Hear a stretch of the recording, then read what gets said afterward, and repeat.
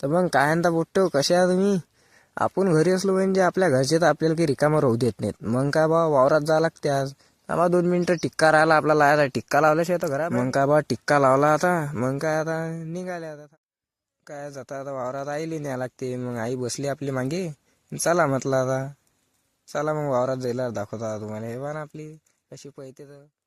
मग काय आलो बा आता वावरात. आई चालली पुढे, आपण येऊ मागून आता जरा डवरा मारत चालली वावरात. मग काय अरे बापा, लाईट फुटला गड्या गाड्याचा. आता बाबा हाणतात आपल्याला.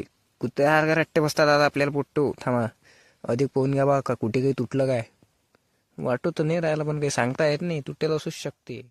मग काय पराठी पायात पायात चालले. तसं समजत काही नाही आपल्याला, पण कसं लोकांना वाटलं पाहिजे नाही बाबा पोरगा शेतकरी आहे. मग कसं चालले हिंडत हिंडत आता. दुसऱ्यात काही धंदाच नाही आपल्याला. बस मग वावर हिंडणं फक्त रिकामं. वावरात जाऊन आपण काय करतो हे फक्त आपल्याला